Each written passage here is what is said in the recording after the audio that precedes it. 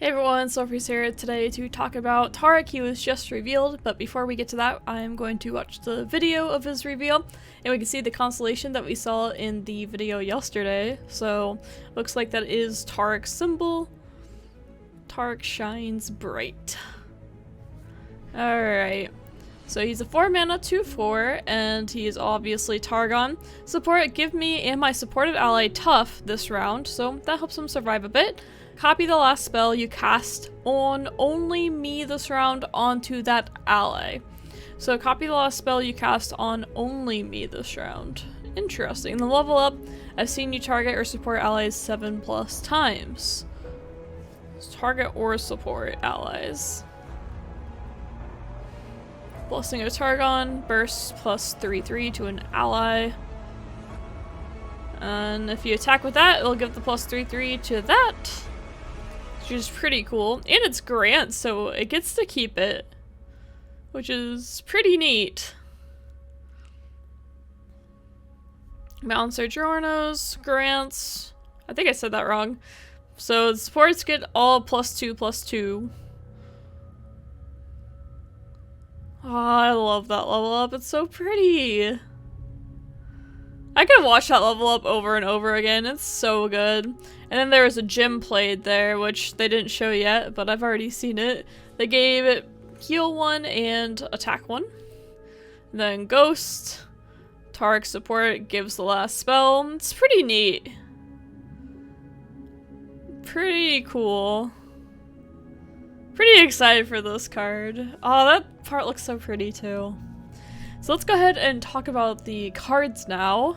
Here he is, Taric, and all of his cards. We have Taric, of course, which this card, I have been thinking about this card for a while now, and I think it's going to be pretty good. It's really hard to say because it is a bit meta dependent, but I feel like the value that you get from this card of the supported ally also getting the card and there being the grand cards such as Blessing of Targon, I think it's going to be pretty good. And I also think it has some really cool combos. Personally, I think that it's going to be really good with Noxus. And the reason I think it's going to be good with Noxus is that you can play Might on Taric. You can be very proactive. Play something like Might or other buffs, and then you're just giving this other card these buffs. So if I play Might on Taric, it also gives the card next to it Might. That's pretty nuts overall. That's a lot of damage for 3 mana, and it's pretty hard to counter, even more so when we have Spellshield, which I'll talk about later. I think that Taric could also be really cool with Braum because we have the gems. I should probably just talk about this because gems are truly, truly outrageous. And it is a burst card. Heal an ally for 1 and grant it +1/+0. Can't be cast in combat or response to a spell. So this is something you have to proactively play. It's not something that you can reactively play, which makes plenty of sense because or else it probably would be busted without that text. So gems are able to help Taric level up, for instance, because it is targeting or supporting your allies. And there's just a lot you can do with this. You can play on elusives. I personally like the idea of playing it on overwhelm units such as Iron Ballista because that could be a lot of damage and I can protect it with the Spellshield, for instance. I like that idea a lot personally. I also really like the idea of playing it with Demacia because I can play it with Lux, and with Lux I can double all my spells essentially. So it's I assume it works like Karma, where even though it doubles the spells, it works with Lux, but it doesn't actually drain your mana. So I feel like that could be something really cool. On top of that, Demacia has a lot of good units that I could play on curve and do a lot with Taric essentially. I like the idea a lot. And then the other idea that I like a lot is with Braum and Freljord, because Braum having attack, we all know, is much better than 0 attack. And being able to play a gym, I think this makes Braum so much better. I think gym is really big for Braum, actually. Braum is probably a playable card again, I think, with gyms being available. Assuming that Targon and Freljord can go together, I could see some pretty good things happening with that. So those are my ideas. Sorry, they're a little bit out of order, but I think I like Targon and Freljord, Targon and Noxus, and Targon and Demacia, no order in particular. Those are the ones I get really excited for. Bilgewater is pretty cool because Fizz has all these gems and he'll get buffed up easier. I also like the idea of Ionia because I can play Ghosts. There's just, Taric has so much meme potential and also potential to be good. He's such a, I really like the design of him. I think it's really cool. We haven't even talked about the flip side of him yet, which is Taric support. My supported ally and I can't take damage or die this round, so pretty much like the Unyielding Spirit, but it's only when he's attacking with the supported ally. Copy the last spell you cast on only me in this round. So that's the same thing as his regular. I think that generally you're not going to be flipping Taric. If you do, that's neat and all, but I feel like a lot of the time you're just going to be using the front end of him instead. I think the back end is something that we'll see and it'll be fun to do, but I think the front end is what we're going to see happen the most. Because 7 allies, that's a lot of times to have to do that, and I've seen, it's not something he can pre-level. The fact that he has to be on the board when you do all this, that's a lot of mana, really expensive too, so I don't really see it happening then, but, you know, it definitely could. Next card is Gift Giver. When I'm summoned, create a gem in hand. That is, I think this is a great card. It's a 1 mana 1/2. It trades well into most other 1-drops except for Jagged Butcher, but nothing trades that well into Jagged Butcher, so we don't really worry about that. And the fact that it's a 1 mana card that creates a gem, it creates something, which is really nice because that just gives so much flexibility, and there's a lot of things that gems can do, like playing this and then playing Brawn later. That's pretty nice overall. I like this card a lot. I think it's great. Mountain Goat Strike, create a gem in hand. I'm a bit more hesitant on this card. I think 1 health is kind of detrimental in the fact that it's Strike and not, I would say like, I had like Last Breath or something much better. I feel like this one could be played, but not as much. I feel like Gift Giver is just a better card overall.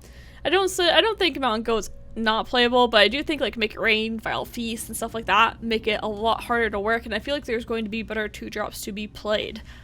Next card after that is Mentor of the Stones. This card is just nuts. Support, grant my supported ally +2/+2. It's important to note that grant means it stays. This isn't a temporary buff. It stays. Unlike Fury of the North, the +2/+2 is going to be staying there. And then Last Breath, create 3 gems in hand.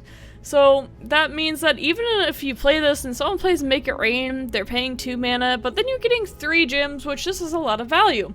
And it's like either way, you get value out of this card. It's either you get to, the only one that you don't is like if they silence it, which we know in Legends of Runeterra, not much going on with that, and you can use this as a chump blocker and get a little less, but either way, you're still getting something from it. You're getting the gems or you're getting +2/+2. It's just excellent. After that, Shards of the Mountain. This is my meme card. I don't think this card is going to be good competitively. I do think it has the greatest meme potential though. Loading up, you know, things for Ezreal, or loading up gems to play on an elusive unit. Maybe play it on Vi. All the gems on Vi is pretty funny too. There's a lot of things that can be done with it. I don't think the card is, you know, fantastic by any means, but I think it does allow for a lot of dumb combos, and I can appreciate that quite a bit. Taric's Blessing of Targon grants an ally +3/+3, shuffle Taric into your deck. The way that I see this card is it is a back-to-back when you attack with Taric. So if you attack with Taric and you play this, it's back-to-back, but it's permanent. I see this card being pretty good overall, and +3/+3 for 5. You know, it's 1 more for standalone, but without the condition of only 1 card. I think it's pretty alright. I think it's pretty good. I think it may take some people by surprise. I'm not for sure on that, but I feel like with Taric's ability, it's pretty good. I think if Taric's good, then I think Taric's Blessing of Targon will also be good. And we've already talked about the gem. There are also some cards spoiled yesterday that I didn't get to talk about yet, so I'm going to go ahead and talk about those as well. So here they are. We had a new keyword that was shown yesterday called Spellshield. Nullifies the next enemy spell or skill that would affect this unit. So it's essentially barrier, but for spells instead. That is the best way to describe this. And we have the card Bastion. Give an ally Spellshield this round. So this card, I have had such a hard time deciding how good it's going to be. I think part of the way to determine if it's good or not is if SI is good or not, because SI has a lot of those removal type spells. If SI is good, I feel like this card's good. I think this is going to be a very meta-dependent card, similar to Deny. I think the best way to determine if this card is good or not is going to be strictly based off the meta. You know, we have some metas where Deny is a 0 of, and sometimes it's a 2 or a 3 of. I think Bastion is going to be very similar, but it being at 3 mana, we might see more 3 mana, or 3 of metas, and we see zero metas, it's really hard to say. If it's an aggro meta, this card is pretty much dead, so we don't see Bastion at all in aggro metas. But in mid-range metas, I can see it being pretty okay. So I don't expect Bastion to be as strong as like the 3-mana deny, you know, that we used to have, not as flexible. But I do see it, it's never going to be a card that will never see play ever, you know. It's going to see play at some point, it's just going to be dependent on the meta. And in some cases it's going to be really good, in some cases it's going to be really bad. It's really hard to say without knowing the other cards that are printed. Next one is Taric? I don't know how to say that exactly. The Traveler support. Grant my supported ally plus 0/2. So this is a permanent buff of 0/2. It's 2-mana 2/2, which kinda stinks. You know, a 2/3 or a 3/2 would be so much better. A stat line of 2/2 is kinda tough to deal with at times because it just dies so easily without getting the trades that it needs. The support is okay. I have a hard time evaluating this card. If there's a bunch of snowbally things, it could be good, but I feel like overall it's going to just not be worth it. It can't really block either. I feel like, you know, it's just the fact that it can't block that well hurts quite a bit, I feel. The Mountain Sojourners. The Mountain Sojourners is a hard word to say, and I don't plan to say it again. Support, grant my supported ally +2/+2. If the ally has support, also grant the supported ally +2/+2. That is pretty cool. So it's kind of like a chain that goes on. So you could play this card. I'm not gonna say the name again because it's hard. And then you could play Traveler, and then you could play Taric, and you have just this big +2/+2 chain, which is pretty neat. However, I think this card being 5 mana is going to be a bit detrimental to it. I think 5 mana is going to be too expensive. At this point, you need to have things that, you know, have Overwhelm, have Elusive. I just see it having a hard time actually getting the value. Like, big stats at the end of the game don't matter that much. You know, you're seeing things instead like Noxian Fervor and Decimate and Overwhelm. You know, that's pretty much how all the decks end in Runeterra right now. So unless something else changes, I don't really see this card doing all that well. But we do have Arbiter of the Peak, which is an Overwhelm card, which means I automatically feel like it's better. And Ancient Yeti is something that I think people compare it to. 7 mana 5/5, reduced by 1 cost every time at the start of a round.